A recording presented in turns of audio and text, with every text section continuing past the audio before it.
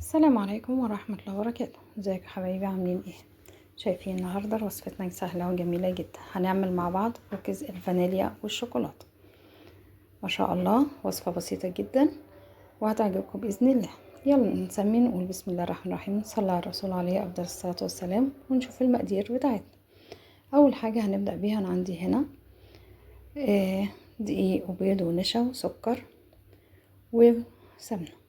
هنا نزلت بالبيضتين اللي عندي مع نص كوباية من السكر. سكر هنا يا جماعة أنا ضرباه في الخلاط، سكر مطحون.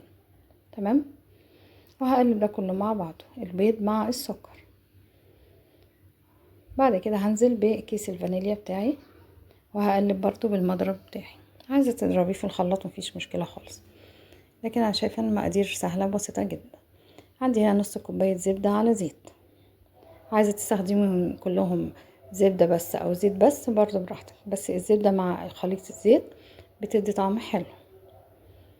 هقلب ده برضو كله كده مع بعضه، وهبدأ هنا نشوف المكونات الجافة. انا عندي كوبايتين ونص من الدقيق، هنزل عليهم بمعلقتين كبار من النشا بالشكل ده.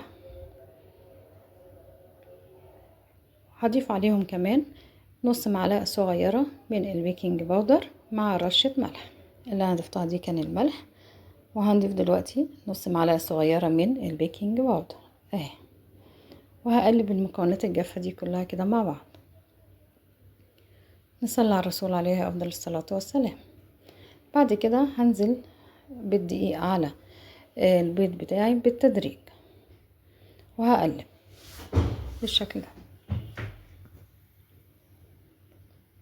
هبدأ بعد كده اشيل المضرب السلك واقلب المكونات كلها بايدي. مش هنعجن يا جماعة، لا انا هقلب بس المكونات دي كلها لغاية ما الاقي تكون عندي عجينة كده بتلزق قوي بس تلزيقة خفيفة. تمام. حسيت ان هي لسه محتاجة شوية من المادة الدهنية، ضفت لها معلقتين كده من الزبدة اللي انا كنت مسيحاها، وهقلب ده كله لغاية ما احس ان العجينة بتاعتي بقت مدياني نفس القوام اللي انا عايزاه. تمام. هعمل لها هنا اختبار، هلاقي ان العجينة من الجنب كده بسكوتية مشققة. هضيف لها كمان شوية من السمنة بتاعتي. هقلب برضو بصوابعي كده لغاية ما الم العجينة كلها. هنا بوريكم العجينة ما شاء الله كده بقت جميلة اهي. هنا جاهزة بقى ان انا احطها في الصواني بتاعتي. بسكوتية بقت، هو ده القوام اللي انا عايزاه. تمام. في المرحلة ديت هقسم العجينة نصين، نص هسيبه بالفانيليا والنص التاني هحط عليه معلقة من الكاكاو الخام اللي مش متضاف له سكر. تمام. صلى على الرسول عليه افضل الصلاة والسلام.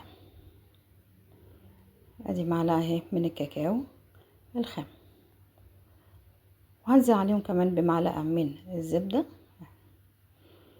وهقلب ده كله مع بعضه لغاية ما الكاكاو يندمج مع العجينة كلها.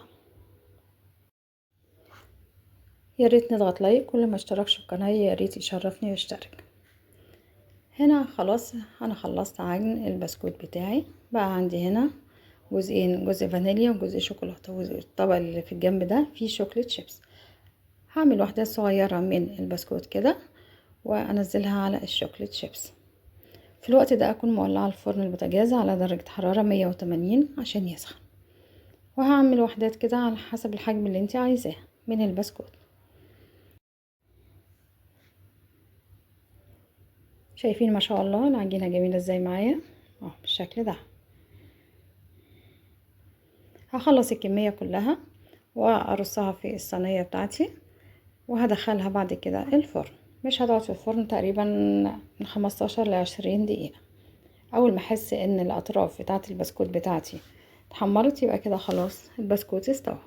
هنا عندي الفانيليا مع الشوكولاته، ما شاء الله طلعت من الفرن. وصفه سهله وبسيطه جدا يا جماعه، وولادنا كلهم بيحبوه.